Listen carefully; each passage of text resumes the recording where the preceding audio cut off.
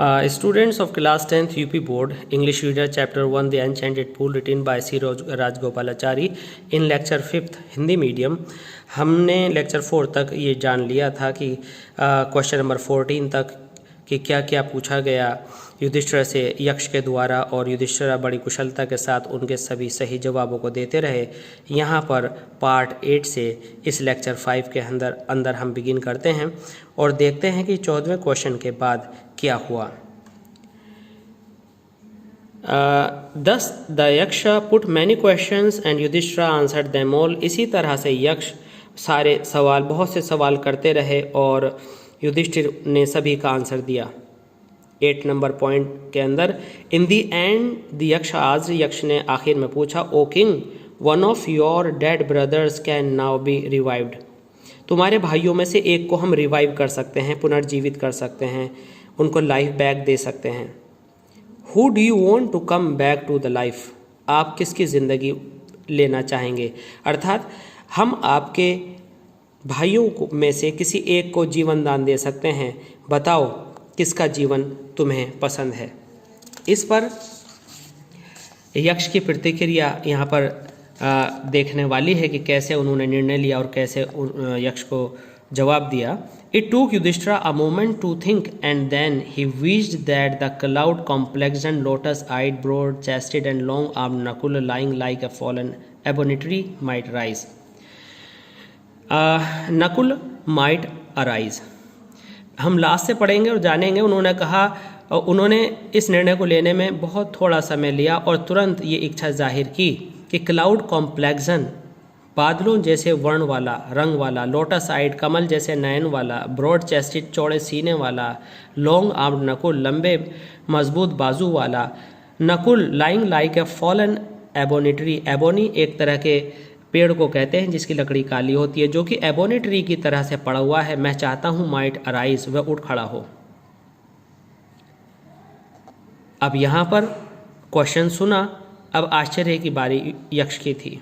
The Yaksha was pleased at this and आज युधिष्ठिर।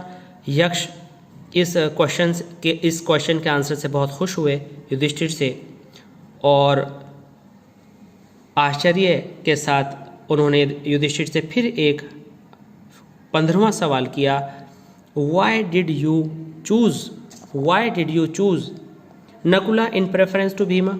मैं ये जानना चाहता हूँ कि तुमने भीम की तुलना में नकुल को क्यों चुना, क्यों प्रेफर किया, क्यों प्राथमिकता दी जीवित कराने में। और भीम एक ऐसा व्यक्ति who has a strength of 16,000 elephants, Bhim जिसके अंदर 16,000 हाथियों की ताकत है। आई हैव हर्ड, मैंने सुना है, that Bhim is most dear to you, मैंने तो सुना था कि भीम तुम्हारे लिए बहुत प्रिय है।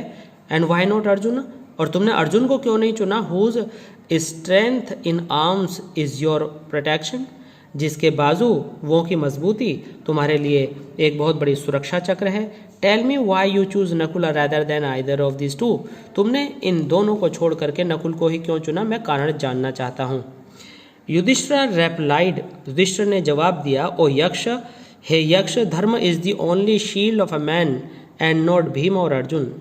हे यक्ष, धर्म, अच्छे निर्णय, न्याय एक ऐसी कवच है जो मनुष्य के साथ मृत्यु के बाद जाती है। इफ धर्म इज गिवन अप, यदि धर्म से मनुष्य का साथ छूट गया, मैन विल बी रूइंड, मनुष्य बर्बाद हो जाएगा। ये हिस्सा जो हम पढ़ाने जा रहे हैं, ये एक important short answer type question का इम्पोर्टेंट आंसर है, ध्यान से सुनिए। Kunti and Madri were the 2 wives of my father. मैंने नकुल को इसलिए चुना क्योंकि कुंती और माद्री कुंती और माद्री मेरे पिता की 2 पत्नियां हैं, अर्थात मेरी 2 माएँ हैं, एक सगी और एक सौतेली। आई एम अलाइव, मैं तो जीवित हूँ। अ सन ऑफ कुंती, अर्थात मैं कुंती का पुत्र युधिष्ठिर तो जीवित हूँ। And so she is not completely bereaved means विलाप में या दुख में, इसलिए कुंती को इतना दुख नहीं होगा, माद्री को होगा, इसलिए माद्री का भी एक सन जिंदा होना चाहिए। In order that the scales of justice may be even, in order that means so that, ताकि स्केल्स ऑफ जस्टिस जो न्याय का तराजू है, मे बी इवन व बराबर हो जाए। आई आस्क माद्री सन नकुला में रिवाइव, मैं चाहता हूँ कि मेरे पिता की दूसरी पत्नी माद्री का भी एक सन जिंदा रहना चाहिए, और इस प्रकार दोनों पत्नियों का एक एक पुत्र जिंदा रहने से न्याय का तराजू बराबर हो जाएगा। The Yaksha was most pleased with Yudhishthira's impartiality and granted that all his brothers would come back to life. Yudhishthir के आंसर से यक्ष इतने प्रसन्न हुए कि उन्होंने उनके शेष दो भाइयों के जीवन को भी वापस कर दिया, अर्थात उन्हें पुनर्जीवित कर दिया।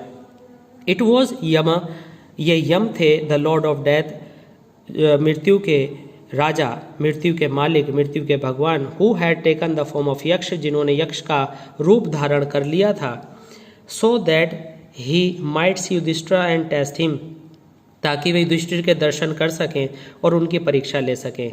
ही एम्ब्रेस्ड, उन्होंने गले लगा लिया युधिष्ठिर को, एंड ब्लेस्ड हिम, और उन्हें आशीर्वाद दिया। देन ही डिसअपियर्ड, और उसके बाद वे डिसअपियर हो गए। डियर स्टूडेंट्स, तो यहाँ पर हमने जाना कि किस तरह से एन्चेंटेड पूल था, क्या उसमें आकर्षण था, और किस तरह से युधिष्ठिर की परीक्षा ली गई और युधिष्ठिर ने किस तरह से उस परीक्षा को अच्छे से पास किया। सभी क्वेश्चन एंड आंसर्स के लिए आप देखते रहिए और ऐसी classes of English language. Thanks.